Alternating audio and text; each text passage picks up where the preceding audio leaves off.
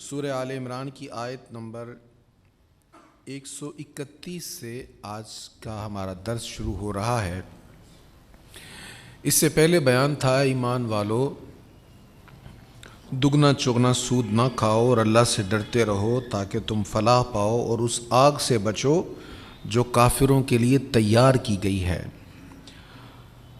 اور جہاں سے آج کا درس سٹارٹ ہو رہا ہے وہ ارشاد ہے وَأَطِيعُوا اللَّهَ وَالرَّسُولَ لَعَلَّكُمْ تُرْحَمُونَ، اور اللہ کی اطاعت کرو اور رسول کی تاکہ تم پر رحم کیا جائے۔ اب دیکھیں نا، انسان کی فطرت میں ہے وہ چاہتا ہے زیادہ ہو اور زیادہ ہو، جتنا بھی ہو یہ بھی بڑھ جائے، اس میں بھی زیادتی ہو جائے، مال بڑھ جائے۔ اچھا، بینکوں والے بھی پھر بڑی بڑی پالیسیز بتائیں گے آپ ایسے کر لیں تو اس میں آپ کو ایسے پروفٹ ہو جائے گی، آپ ڈائریکٹ کیوں خرید رہے ہیں، آپ ہمارے ذریعے سے خرید لیں، آپ کی منی یا کہیں اور انویسٹ کر دیں اپنے پیسوں کو، تو بڑے بڑے پلانز وہ بتائیں گے۔ تو انسان کے دل میں خواہش بھی آ جاتی ہے، کمزوری ہے انسان کی۔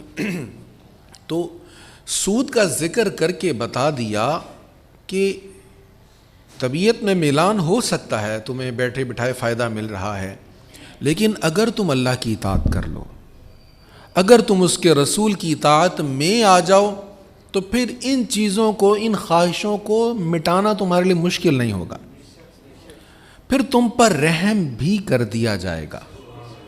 تو جب اللہ تعالیٰ بندے پر رحم کر دے گا پھر اس کو کسی اور کے رحم کی حاجت ہی نہیں ہوگی۔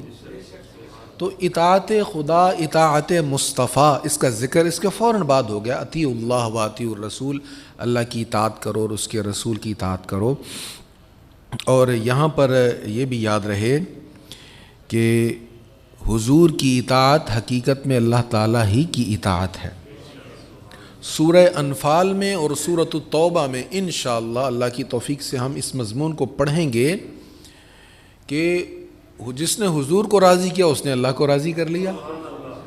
اور یہیں پر ہم آگے پڑھیں گے اسی سورہ میں یا سورۃ النساء میں، مَن یُطِعِ الرَّسُولَ فَقَدْ اطاع اللہ، جس نے رسول کی اطاعت کی نا اس نے حقیقت میں اللہ کی اطاعت کی ہے۔ تو یہاں پر حضور کی اطاعت کا بھی ذکر ہے اور اللہ کریم کی اطاعت کا بھی ذکر ہے۔ فرمایا یہ تم کر لو گے تو تم پر رحم کر دیا جائے گا۔ اس سے آگے بڑی خوب بات ہے، بڑا پیارا دل نشیں انداز ہے، وَسَارِعُوا إِلَىٰ مَغْفِرَةٍ مِّن رَبِّكُمْ۔ سارعو یہ لفظ اجنبی لگ رہا ہے لیکن ہمارے ہاں استعمال ہے سرعت، ہم کہتے ہیں سرعت کے ساتھ وہ گزرا، سرعت کے ساتھ یہ کام کی، جلدی۔ فرمایا وَسَارِعُوا، اور جلدی کرو کس چیز کی طرف؟ إِلَىٰ مَغْفِرَةٍ مِّن رَبِّكُمْ، اپنے رب کی بخشش کی طرف۔ ایک ایسے ہی مثال میرے ذہن میں آئی، کبھی ایسا ہوتا ہے آپ نے کو بہت اچھی چیز بنائی ہو اور چیز بھی ایسی ہے جو لوگوں کے بہت فائدے کے لیے ہے، تو آپ کہتے ہیں یار آ جاؤ جلدی جلدی آ جاؤ، بڑی مزے کی چیز ہے۔ بچپن میں ہم دیکھا کرتے تھے کڑیوں بالو چیز منڈی دی لئی جاؤ، تو بچے بھاگتے تھے کہ مزے کی کوئی چیز ہے، اب انجوائمنٹ ہے ہمارے لیے، مفت میں کچھ مل رہا ہے۔ یہ مثال دے کر بس مثال ہم نے دینی ہوتی ہے اپنے معمولات کے حساب سے، جو ہمارے ہاں محاورہ ہوتا ہے۔ اللہ فرما رہا ہے بڑی عالی شان جنت میں نے تیار کی ہے، لوگوں جلدی کرو آ جاؤ اس کی طرف، میں بنانے والا خود تمہیں کہہ رہا ہوں آ جاؤ جلدی کرو اس کے لیے۔ دوزخ بھی میں نے بنائی ہے لیکن وہ میں نے تمہارے لیے بنائی نہیں ہے، تم خود اس کے لیے اپنی جگہ نہ بناؤ، میں تمہیں جنت میں لے جانے کا، میری رضا اس میں ہے کہ تم جنت میں آؤ، جنت کی طرف رغبت کرو۔ فرمایا وَسَارِعُوا إِلَىٰ مَغْفِرَةٍ مِّن رَبِّكُمْ، اور اپنے رب کی بخشش اور اس جنت کی طرف جلدی کرو۔ کون سی جنت؟ عرضها السماوات والارض اعدت للمتقین۔ ہمارے ہاں کپڑا جب ناپا جاتا ہے تو ہم عرض بھی بولتے ہیں نا، عرض کس کو کہتے ہیں؟ چوڑائی کو۔ تو یہ عرض بھی عربی کا لفظ ہے، عربی میں ضاد کو ضاد پڑھ لیا جاتا ہے۔ فرمایا اس کا جو عرض ہے، عرضها، اس کا جو عرض ہے، جو اس کی چوڑائی ہے وہ کتنی زیادہ ہے؟ فرمایا اس کی چوڑائی اتنی ہے، سماوات والارض، تمام زمینوں و آسمان اس کے اندر سما جائیں۔ جدید اسٹرونومسٹ تحقیق کر رہے ہیں، ابھی تک پتہ نہیں چلا آسمان کی انتہا کہاں تک ہے، بس یہی اندازے ہو رہے ہیں اتنی وہ روشنی کی رفتار ہو تو اتنے کھرب سال لگ جائیں گے فلاں جگہ پہنچتے پہنچتے، بس نوری سالوں کے حساب سے کیلکولیشن ہو رہی ہے، یہ جگہ ہم سے اتنے ارب سال ہے، یہ اتنے کھرب نوری سال ہے، بس اتنے اندازے ہو رہے ہیں، کہاں انتہا پتہ نہیں ہے۔ اللہ فرما رہا ہے انسان یہ جو کچھ تو دیکھ رہا ہے نا، یہ سب کچھ صرف جنت کا عرض ہے، چوڑائی ہے۔ جس کا عرض اتنا ہے اس کا طول کیا ہوگا؟ عرض کم ہوتا ہے نا، طول زیادہ ہوتا ہے، اس کا عرض اتنا ہے۔ جنت کے ذکر کو اللہ تعالیٰ نے اسی انداز میں اور بھی مقامات پر بیان فرمایا، جو چیز ہماری سمجھ میں آ سکتی تھی وہ بتا کر کہہ دیا جب اس میں یہ ہے تو وہ کیا ہوگا۔ مثلا اندر جو ہم لباس پہنتے ہیں، جو لباس ہم پہنتے ہیں، اس کی ایک ہوتی ہے اندر والی سائڈ اور ایک ہوتی ہے اس کی باہر والی سائڈ۔ تو اس کے متعلق رب کریم نے قرآن کریم میں ارشاد فرمایا کہ وہ جو جنت میں تمہیں لباس پہنایا جائے گا اس کا اندر والا حصہ ریشم کا ہوگا۔ ریشم بھی کون سا؟ موٹا ریشم، استبرق۔ اندر والا لباس جو اندر تمہارے جسم سے ٹچ ہو رہا ہے وہ اتنا اعلیٰ نہیں ہوتا کیونکہ وہ دکھتا نہیں ہے نا۔ تو ہمارے ہاں جب کوئی لباس ایسا بنایا جائے، جیکٹ ہے، ویسٹ کوٹ ہے، تو اس کا اندر والا کپڑا نارمل ہوتا ہے اور باہر جو نظر آنا وہ اعلیٰ قسم کا ہوتا ہے۔ فرمایا وہ جو تمہیں لباس وہاں پہنائے جائیں گے نا، اندر والی سائڈ پر جو تم تصور کر سکتے ہو جو تمہارے دنیا میں دستیاب ہے اس میں سب سے بہترین ہوگا۔ تو جب اندر والا اتنا بہترین ہے تو باہر والے کی کیا شان ہوگی؟ تو جب جنت کی چوڑائی اتنی زیادہ ہے تو اس کا طول کتنا ہوگا؟ نبی رحمت صلی اللہ تعالیٰ علیہ وآلہ وسلم نے فرمایا میں اس شخص کو بھی جانتا ہوں جو سب سے آخر میں جنت میں جائے گا۔ انشاءاللہ ہم احادیث مصطفیٰ کا بھی ایک دورہ کریں گے اسی سلسلہ میں انشاءاللہ ختم قرآن کریم کے بعد۔ تو اس کا خلاصہ میں عرض کرتا ہوں اس حدیث کا۔ سرکار کریم علیہ الصلوۃ والتسلیم نے فرمایا وہ جب بندہ جنت میں چلا جائے گا وہ کہے گا یا اللہ یہاں تو لوگ ہی لوگ ہیں، ہر طرف بھری ہوئی، تو میرے لیے بھی کوئی جگہ نکلے گی یہاں پر؟ اللہ تعالیٰ فرمائے گا ہاں اتنی جگہ ہے جتنی پوری زمین ہے، پوری روئے زمین جتنی جگہ تیرے لیے ہے۔ سبحان اللہ، اتنی بڑی جنت رب کریم نے ہمارے لیے بنائی ہوئی ہے۔ اور جس دنیا کے لیے ہم دن رات پیچ و تاب کھا رہے ہیں، ٹینشن ہے، انزائٹی، پتہ نہیں کیا کیا پرابلمز ہم نے اکٹھے کیے ہوئے ہیں، وہ دنیا کیا ہے؟ قل متاع الدنیا قلیل، فرمایا یہ سارے کا سارا بہت تھوڑا ہے، بہت مختصر مدت کے لیے۔ اللہ کریم ہمیں جنت کا ذوق نصیب فرمائے۔ اچھا یہ تصور غلط ہے کہ جنت کی خواہش نہیں کرنی چاہیے، یہ درست نہیں ہے۔ ہاں حضور صلی اللہ تعالیٰ علیہ وآلہ وسلم نے خود جنت کی دعا مانگی ہے، صحابہ کو تلقین کی ہے، اور حضور نے فرمایا اللہ سے جنت مانگو، اور جنتیں بہت ساری ہیں، سب سے بہترین فردوس ہے وہ مانگو اللہ سے، اللہ تعالیٰ سے مانگو۔ تو اللہ تعالیٰ فرما رہا ہے جلدی کرو لوگو، اپنے رب کی بخشش اور جنت کی طرف جلدی کرو جس کا عرض تمام آسمان اور زمینیں ہیں، جو کس کے لیے ہے؟ متقین کے لیے تیار کی گئی ہے۔ اللہ ہمیں تقوی کا نور نصیب فرمائے۔ جو لوگ خوشحالی اور تنگ دستی میں خرچ کرتے ہیں، اب متقین کی صفات بیان ہو رہی ہیں تاکہ ہم اپنے اندر وہ صفات پیدا کر سکیں۔ خوشحالی میں بھی خرچ کرتے ہیں، تنگ دستی میں بھی۔ اب ایسا خرچ کرنے کی اجازت نہیں ہے کہ آپ خرچ کر دیں سب اور خود قلاش ہو جائیں، اس کی اجازت نہیں ہے، لیکن تنگ دستی میں جو انسان کر سکے راہ خدا میں خرچ وہ کرنا چاہیے۔ اور اللہ کی بارگاہ میں ایک تو ہمارے ہاں چیزوں کی قیمت ہوتی ہے نا، اس کی ویلیو اتنی ہے، اس کی اتنی ہے، اللہ کے ہاں بھی ویلیو ہوتی ہے، وہ کس کنڈیشن میں خرچ کیا ہے اس اعتبار سے اس کی ویلیو بڑھتی ہے۔ کبھی ایسا ہوتا ہے انسان میں خلوص بہت زیادہ ہوتا ہے تو بہت اجر بڑھ جاتا ہے، اور کبھی ایسا ہوتا ہے انسان کے لیے خرچ کرنا مشکل ہو رہا ہوتا ہے اور جو اس مشکل میں خرچ کر دیتا ہے تو اس کا اجر بہت بڑھ جاتا ہے۔ اس لیے فرمایا کہ وہ تنگ دستی اور خوشحالی دونوں حالتوں میں وہ اللہ کے راستے میں خرچ کرتے ہیں۔ اور کیا خوبی ہے، اس کی بڑی ضرورت ہے ہمیں اس پر توجہ کرنے کی، مجھے بھی ہم سب کو۔ وَالْكَاظِمِينَ الْغَيْظَ، جو غصہ پینے والے ہیں. بڑا اوکھا کام ہے, مشکل کام ہے, خصوصاً جب ہمارے پاس کوئی اختیار ہو تو پھر غصہ پینا ذرا مشکل ہو جاتا ہے. لیکن اگر غصہ پی جائیں, خصوصاً جب جس کے ساتھ ہمارا معاملہ ہے وہ کمزور ہے, تو پھر اس کا اجر بہت زیادہ ہے. فرمایا والکاظمین الغیظ, غصہ پینے والے ہیں, والعافین عن الناس, لوگوں کو معاف کرنے والے ہیں.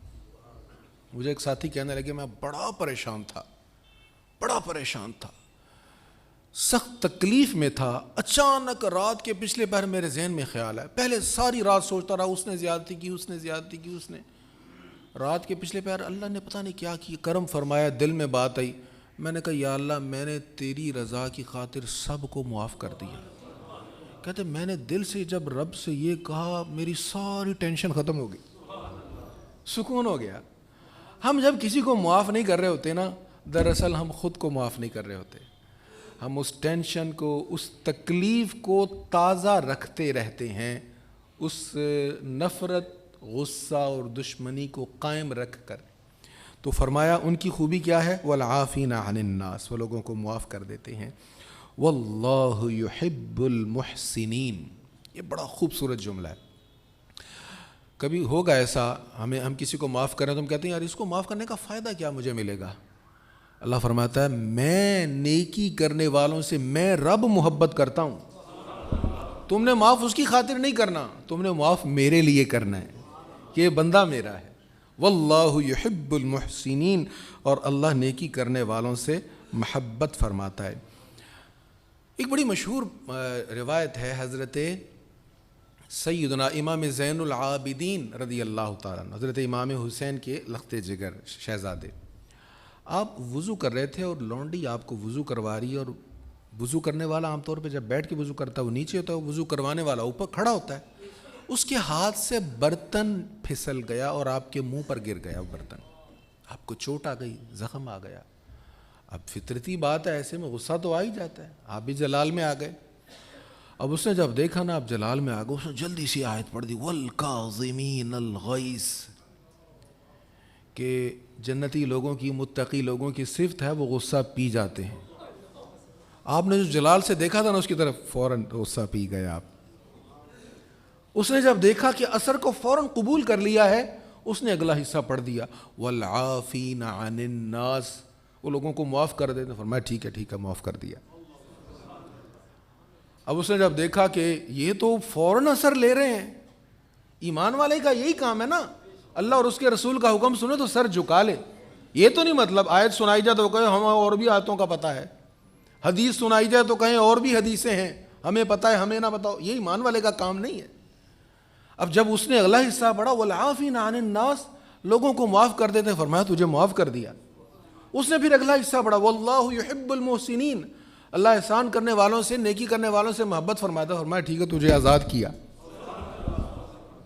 سبحان اللہ, کیا ہمارے بزرگوں کا طریقہ تھا. اللہ ہمیں ان کے نقش قدم پر چلنے کی توفیق عطا فرمائے.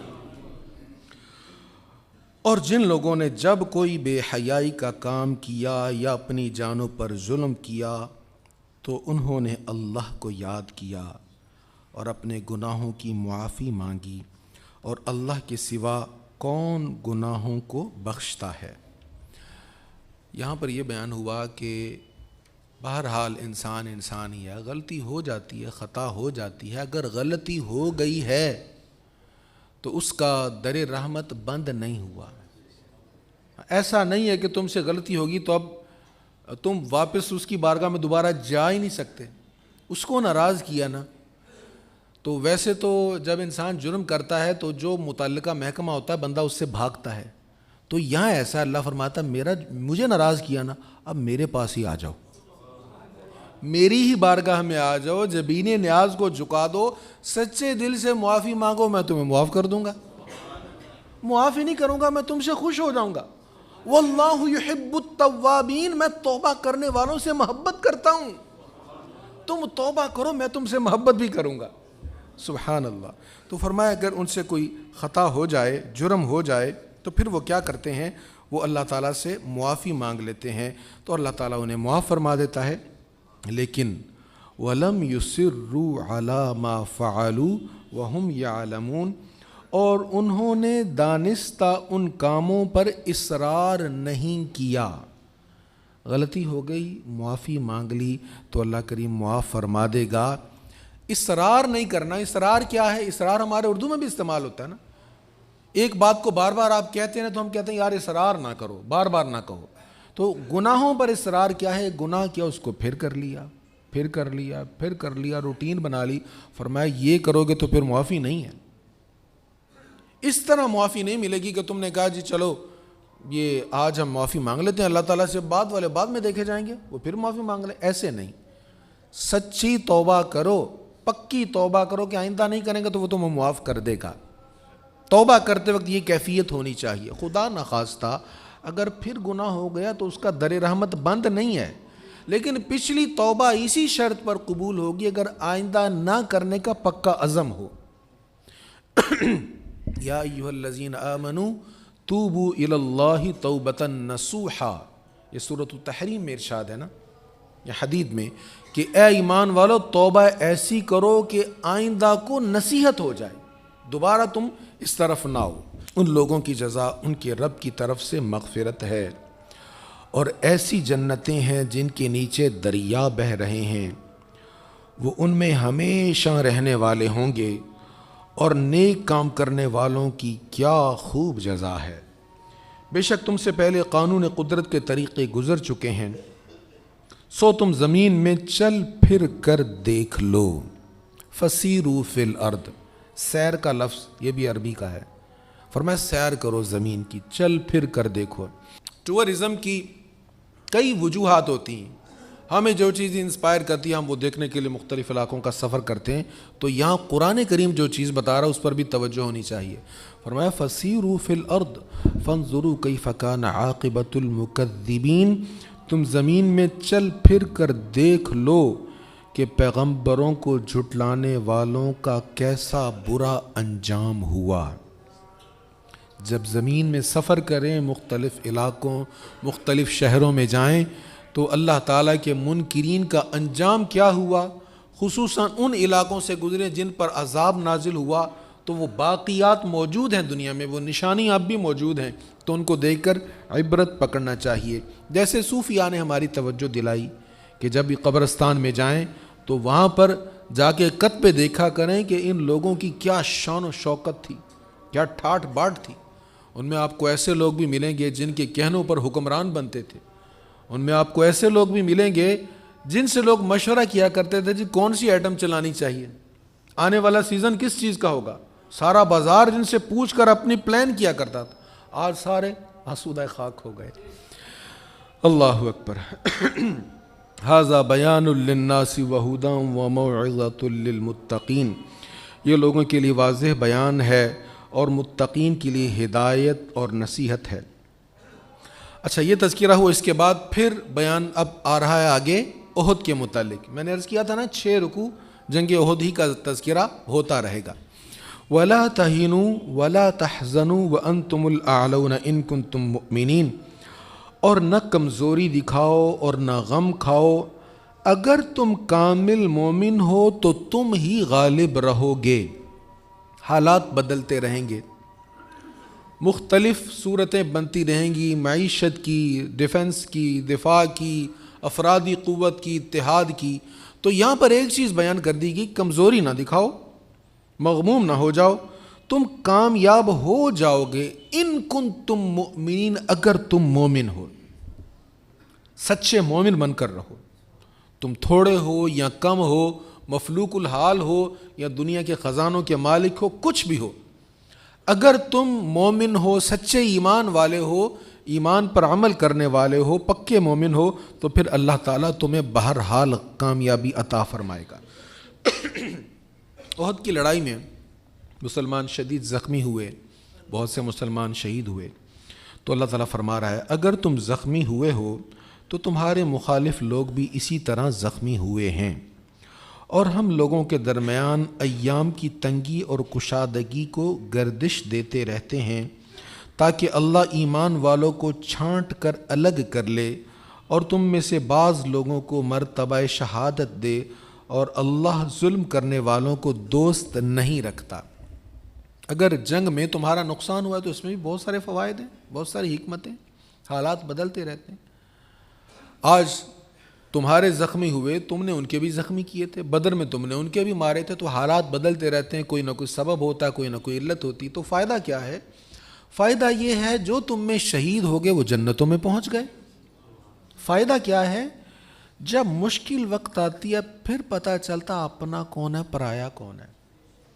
اللہ فرما رہا ہے یہ مشکل وقت اس لیے آیا جو منافقین ہیں تم میں وہ الگ ہو جائیں، تمہیں پتہ چل جائے یہ کھڑے ہیں، جو مشکل وقت میں ساتھ کھڑے ہیں، جو جان لٹانے کا جذبہ لے کر آئے ہوئے یہ ہیں اپنے، اور جن کے دل میں صرف مال غنیمت کا لالچ تھا وہ بھاگ گئے، وہ اپنے نہیں ہیں۔ وَلِيُمَحِّصَ اللَّهُ الَّذِينَ آمَنُوا، اور اس لیے کہ اللہ مسلمانوں کو گناہوں سے پاک کر دے اور کافروں کو مٹا دے۔ اب جو جنگ میں زخمی ہوا تو زخم کا اجر نہیں ملے گا، اجر تو ملے گا نا۔ تو اللہ تعالیٰ بے شمار فوائد مسلمان کو عطا فرماتا ہے۔ مسلمان جب میدان جہاد میں جاتا ہے وہ ناکام نہیں ہوتا، وہ کافروں کو مار کر آئے تو غازی ہے، خود شہید ہو جائے تو بھی وہ شہید ہے، خود مر جائے تو وہ مردہ نہیں ہے بلکہ شہید ہے، پھر بھی اللہ تعالیٰ اس سے کامیابی عطا فرماتا ہے۔ کیا تم نے یہ گمان کر لیا ہے کہ تم جنت میں چلے جاؤ گے، حالانکہ ابھی اللہ نے تم میں سے مجاہدوں اور صبر کرنے والوں کو دوسروں سے ممتاز نہیں کیا، اور تم تو موت کے آنے سے پہلے موت کی تمنا کیا کرتے تھے، سو اب تم نے موت کو دیکھ لیا ہے اور وہ تمہاری آنکھوں کے سامنے ہے۔ تو موت کی آنکھوں میں آنکھیں ڈال کر کھڑے ہونا یہ بھی ایمان والے کا کام ہے۔ اتنا ڈرپوک بھی نہیں ہونا چاہیے کہ ہمارے مظلوم بھائیوں پر ظلم ہوتا رہے اور ہمیں فکر پڑی رہے کہ ہمارے معاشی حالات خراب نہ ہو جائیں، تو ایسا ڈرپوک بھی نہیں ہونا چاہیے۔ ایسا جذبہ ہونا چاہیے کہ موقع ملے تو موت کی آنکھوں میں آنکھیں ڈال کر کھڑے ہو سکیں تاکہ عزت کی زندگی جی سکیں۔ جنگ احد میں یہ افواہ اڑا دی تھی کفار نے کہ حضور علیہ الصلوۃ والسلام شہید ہو گئے۔ آپ کی افواہ کی خبر سن کر بہت سے صحابہ کرام علیہم الرضوان کے دل ٹوٹ گئے۔ انہوں نے کہا اگر حضور ہی نہیں رہے تو ہم نے لڑکے کرنا کیا ہے؟ کچھ ایسے تھے وہ پہلے خود کی احتیاط کرتے ہوئے دشمنوں کو مار رہے تھے، جب پتہ چلا حضور شہید ہو گئے تو انہوں نے ساری احتیاطیں چھوڑ دیں، جنگ میں اس انداز میں گھسے کہ مارتے مارتے شہید ہو گئے، یعنی جینے کی تمنا ہی ختم ہو گئی۔ تو اللہ تعالیٰ ان کی تربیت فرما رہا ہے وما محمد الا رسول، اور محمد صرف رسول ہیں، یعنی وہ خدا نہیں ہیں، وہ اللہ کے رسول ہیں۔ سو اب یعنی خدا ہے نا جس کو موت نہیں ہے، جو ہمیشہ زندہ رہے گا، تو محمد اللہ کے رسول ہے، موت ان پر بھی آنی ہے۔ کل نفس ذائقۃ الموت کے تحت انہوں نے بھی موت کا ذائقہ چکھنا ہے، اور محمد خدا نہیں ہے، صرف رسول ہیں، ان سے پہلے اور رسول گزر چکے ہیں، اگر وہ فوت ہو جائیں یا شہید ہو جائیں تو کیا تم اپنی ایڑیوں پر پھر جاؤ گے؟ تو جو اپنی ایڑیوں پر پھر جائے گا سو وہ اللہ کا کچھ نقصان نہیں کرے گا، اور عن قریب اللہ شکر کرنے والوں کو جزا دے گا۔ سرکار کریم علیہ الصلوۃ والتسلیم اس کے بعد کئی سال تک آپ حیات رہے، 10 ہجری میں آپ کا وصال ہوا نا، اور یہ جنگ احد کون سی ہجری کو ہوئی تھی یاد ہے آپ کو؟ جی یہ شوال المکرم 3 ہجری میں ہوئی جنگ احد، 2 ہجری میں ہوئی تھی بدر کی لڑائی، اور اس سے اگلے سال شوال المکرم میں احد ہوئی۔ تو سرکار کریم علیہ الصلوۃ والتسلیم کی حیات طیبہ اس کے بعد 7-8 سال ہے نا، تو پہلے ہی تربیت کی جا رہی ہے، ایک نہ ایک دن حضور نے پردہ کرنا ہے۔ تو جب وہ پردہ کریں گے تو کیا تم پلٹ جاؤ گے؟ آج تم نے اگر یہ خبر سن لی ہے کہ ان کا وصال ہوگا اور تم میدان چھوڑ کر جا رہے ہو تو ایسا درست نہیں ہے۔ تم نے بہرحال جو تمہیں وہ پیغام دے کر جا رہے ہیں اس پر قائم رہنا ہے اور اس پر جینا ہے تم نے، اور کسی شخص کے لیے اللہ کے اذن کے بغیر مرنا ممکن نہیں ہے، سب کی اجل لکھی ہوئی ہے، اور جو دنیا کا صلہ چاہے گا ہم اسے اس میں سے دیں گے، اور جو آخرت کا اجر چاہے گا ہم اسے اس میں سے دیں گے، اور ہم عن قریب شکر کرنے والوں کو جزا دیں گے۔ تو یہاں پر پھر تربیت فرمائی جا رہی ہے کہ تم دنیا اور آخرت دونوں کے لیے کوشش کرو، اجر مانگو، اللہ تعالیٰ اجر عطا فرمائے گا۔ موت اپنے وقت سے پہلے نہیں آنی، اس کا جب وقت ہے تو اس نے آ جانا ہے۔ آگے اسی مضمون کو بیان کرتے ہوئے یہاں تک فرمایا گیا کہ موت آ جائے گی، وَلَوْ كُنْتُمْ فِي بُرُوجٍ مُشَيَّدَةٍ، منافقین کہتے تھے نا بھائی وہ جو گئے ہیں اگر نہ جاتے تو بچ جاتے. اللہ نے فرمایا تم اگر قلعوں میں بھی محفوظ خود کو سمجھتے ہوئے وہاں گھس جاؤ گے، موت وہاں بھی آ جائے گی. تو موت نے اپنے وقت پر بہرحال آ جانا ہے. تو موت نے آ جانا تو پھر کیا کیا جائے؟ جو پروگرام دیا ہے اسلام نے اس پر کاربند رہا جائے. جہاد کا موقع اگر مل رہا ہے تو پیٹھ دکھا کر بھاگنا نہیں چاہیے. موت نے بہرحال آ جانا ہے. سیدنا خالد بن ولید رضی اللہ تعالیٰ عنہ وہ ہستیاں جن کو حضور نے اللہ کی تلوار کہا ہے، کتنی جنگیں لڑیں لیکن میدان جنگ میں شہادت کی موت نہیں آئی. سارے جسم پر زخموں کے نشان ہیں لیکن میدان جہاد میں موت نہیں آئی. تو جس کی موت جہاں پر آنی ہے وہیں پر آنی ہے، ضروری نہیں کہ جہاد جو کرے گا اس کی ضرور موت آ جائے گی. اور کتنے نبیوں کے ساتھ اللہ والوں نے اللہ کی راہ میں قتال کیا تو اللہ کی راہ میں مصائب پہنچنے کی وجہ سے نہ وہ سست ہوئے، نہ کمزور پڑے اور نہ دبے. اور اللہ صبر کرنے والوں کو دوست رکھتا ہے. تربیت کی جا رہی ہے گزشتہ انبیاء اور ان کے ماننے والوں کا ذکر کر کے کہ ان پر بھی مشکلات آئیں لیکن وہ ثابت قدم رہے، صبر کرتے رہے. تم بھی صبر کرو گے تو سنو واللہ یحب الصابرین، اللہ صبر کرنے والوں سے محبت فرماتا ہے. اور ان کی دعا صرف یہی تھی، یعنی گزشتہ انبیاء اور ان کے ساتھ جہاد کرنے والوں کی دعا کیا تھی؟ ربنا اغفر لنا ذنوبنا واسرافنا فی امرنا وثبت اقدامنا وانصرنا علی القوم الکافرین. اے ہمارے رب ہمارے گناہ بخش دے اور ہمارے کام میں ہماری زیادتیاں بھی بخش دے اور ہمیں ثابت قدم رکھ اور کافروں کے خلاف ہماری مدد فرما. ان کی دعا اللہ کو پسند آئی تو اس کا ذکر فرما دیا، ہمیں ترغیب فرما دی کہ دعا ایسے مانگا کرو. پہلے اپنے گناہوں کی معافی مانگو، جو خطائیں ہوں گی اس کی معافی مانگو، پھر رب کریم سے اس کی عطائیں مانگو. تو اللہ نے ان کو دنیا کی نعمت بھی دی اور آخرت میں بھی نیک اجر عطا فرمایا، اور اللہ نیکی کرنے والوں کو پسند فرماتا ہے.